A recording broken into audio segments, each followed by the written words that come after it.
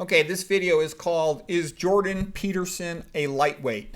Jordan B. Peterson, born in 1962, he's a great psychologist. He's a great public speaker.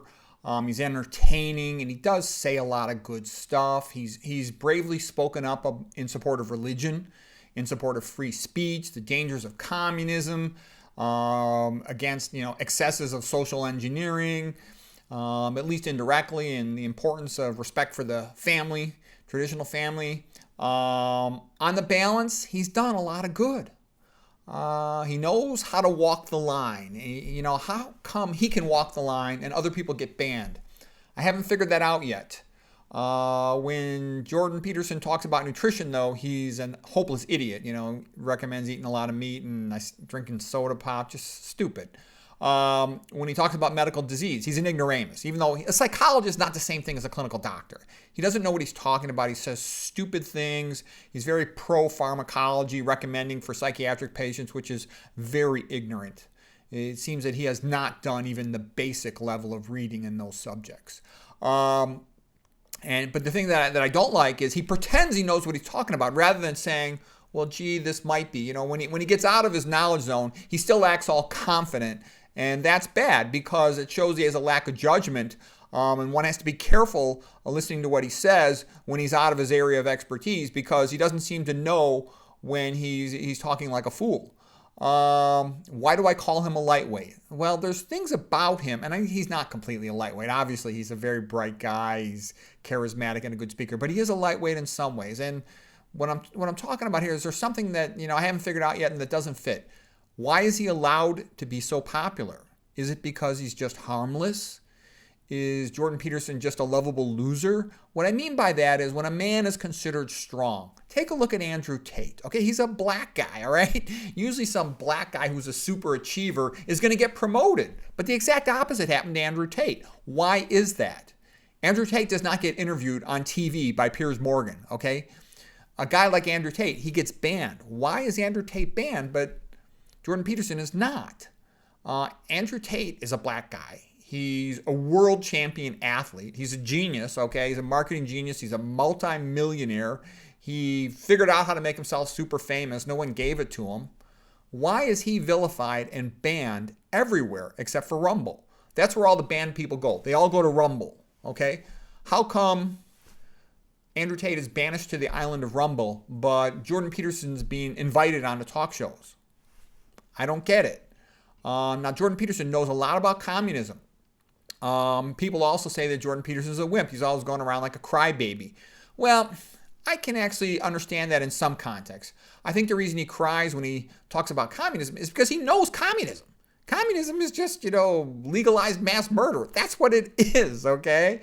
And it's atheistic, legalized mass murder genocide. He knows that. And he also knows that that might be coming in the near future for a lot of places. And so he's sad about that. And that's understandable. He also kind of cries about other things too a little bit more than he probably should. But I can understand that. He knows in Russia they burned down 47,000 churches, shot the priests, raped the young nuns, shot the old ones. He knows all that stuff. And so he is understandably sad when he talks about, communism. He also knows that there's really only one thing that stops communism. It's that there's extensive Christian ethics amongst the population.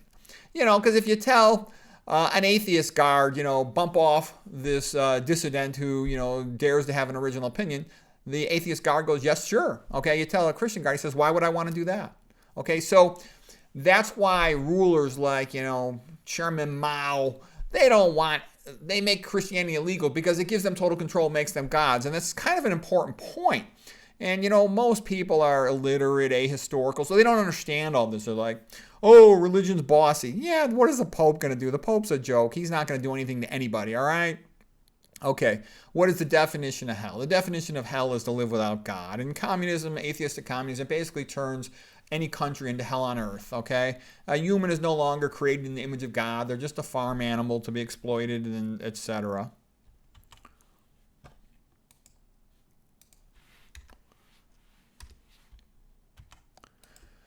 Okay, getting back to Jordan Peterson. Oh, crap, I got to move a slide down here.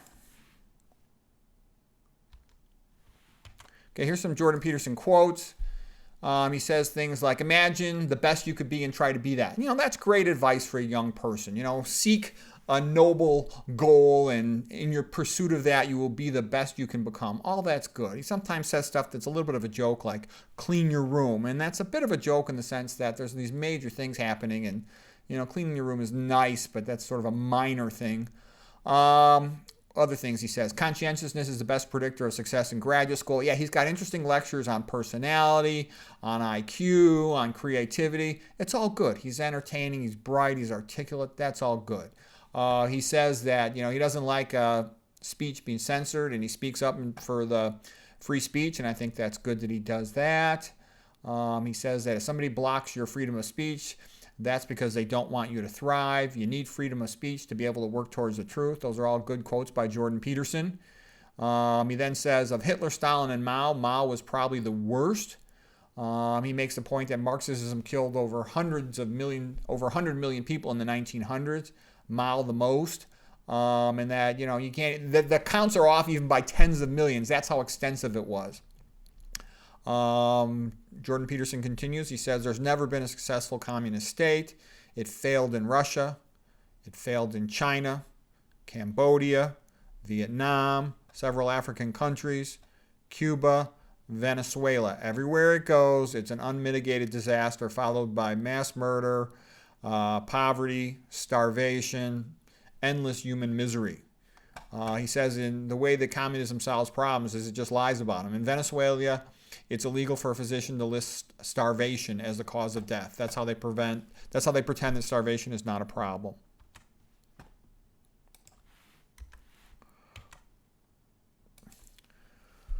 Okay, and it's sort of a sad thing in life is that, people have an easy path to health and they reject it. Low-fat vegan diet, sunshine, exercise, family, social support, religion. And it's sort of like they have an easy chance to have society. Christian ethics. What's the big thing about the New Testament? It basically says, forgive each other if you can. Try to get along. Everybody's better off. If you're nice to the people around you, they're nice to the people around them. It ripples outward and everybody's better off. Sort of the mentality of Samuel Taylor Coleridge in his poem, The Rhyme from the Ancient Mariner, where he said, he prayeth best who loveth best, all things both great and small. For the dear God who loveth us, he made and loveth all. That was also related to that show later on about the veterinarian who went around the countryside. All things great and small. All right, Jordan Peterson, he said, the story of Christ is the greatest tragedy in the history of mankind because he was the best person, completely innocent, and he was treated the worst. Okay, so he does sometimes have good lectures on religion and on the Old Testament, the early chapters of the Bible. They're entertaining. He doesn't know that much about religion, but what he says is pretty good. Okay, and then here's a quote from Dostoevsky. There is nothing more beautiful, more profound, more sympathetic, more reasonable, more courageous, and more perfect than Christ. If you drive Christ from the earth, we shall shelter him underground.